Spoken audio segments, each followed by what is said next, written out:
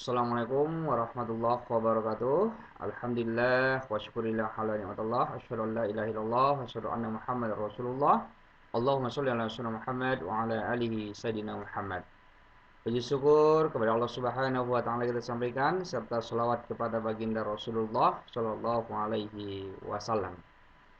Anak sekalian, baiklah kita langsung saja ke bab 5 pertemuan pertama, berbicara tentang masa kejayaan Islam. Yang pertama kita harus lihat adalah mengenai pandangan beberapa tokoh tentang masa kejayaan Islam. Kita lihat yang pertama adalah sejarawan dari barat, ya, Jacques de Cluster mengatakan selama 500 tahun Islam menguasai dunia dengan kekuatannya meliputi di bidang ilmu pengetahuan, peradaban, ya, yang sangat tinggi dan menjadi contoh daripada peradaban di saat itu. Lalu yang kedua tokohnya adalah sejarawan dari Skotlandia, Montgomery Watt mengatakan peradaban Eropa tidak dibangun oleh mereka sendiri, ya, melainkan ya ada dukungan peradaban Islam yang sangat mempengaruhi daripada peradaban-peradaban tersebut. Kemudian anak-anak sekalian, ya, jadi pertanyaan bagi kita adalah apa sih manfaat mempelajari kejayaan-kejayaan Islam itu? Yang pertama adalah ya, diharapkan Islam mampu untuk mengembalikan potensi untuk bangkit kembali, ya, ataupun mereview kembali masa kejayaan yang pernah ada, ya.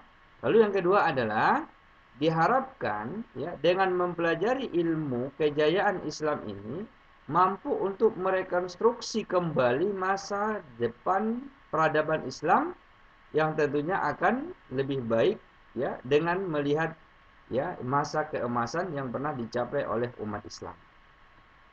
Kemudian anak sekalian, ya perlu diketahui juga beberapa sebab runtuhnya peradaban Islam di zaman keemasan ini.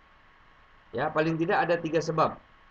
Yang pertama adalah karena mulai pudarnya ketaatan pemeluk agama kepada Sang Khalik atau saling dengki dan serakah di antara penerima estafet kepemimpinan kekhalifahan di zaman keemasan tersebut. Lalu yang kedua adalah disebabkan modernisasi yang telah mengglobal, yang ditandai dengan berkembang pesatnya alat-alat telekomunikasi dan informasi di zaman itu, ya, sampai juga di zaman sekarang ini. Tentu ya lebih canggih atau lebih milenial.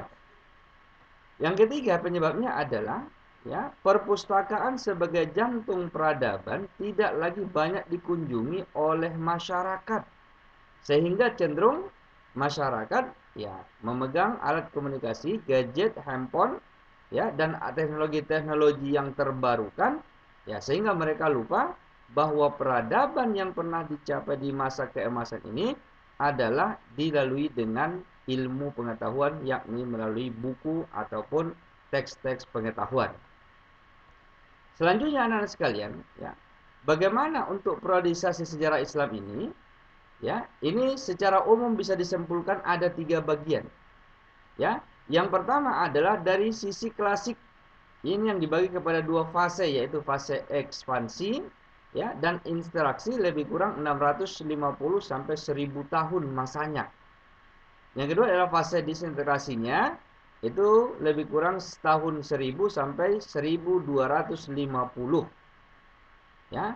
Selanjutnya fase pertengahan itu berkisar antara 1250 sampai dengan 1800. Sebagian mengatakan ini termasuk juga di fase kemunduran Islam. Ya, kemudian yang ketiga, ya, dari periode modern.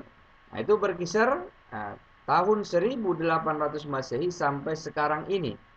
Ya, periode kebangkitan Islam, ya, dengan munculnya para pembaharu-pembaharu ataupun pemikir-pemikir Islam yang notabene sudah dipengaruhi oleh dunia modernisasi, ya, seperti yang hari ini kita bisa lihat di dalam konsep-konsep pemikiran-pemikiran Islam.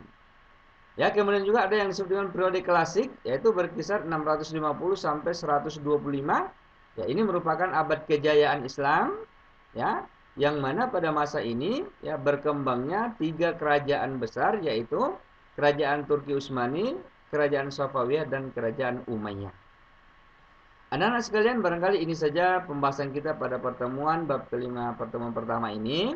Ya, mudah-mudahan dengan mempelajari ini kita semakin menguatkan keyakinan kita bahwa sesungguhnya Islam pernah jaya di muka bumi ini dan kita harus bisa untuk merekonstruksi kembali bagaimana kejayaan-kejayaan Islam ini dapat kita capai, tentu dengan berlandaskan kepada ilmu pengetahuan dan tentu dengan landasan utamanya adalah Al-Quran dan hadis.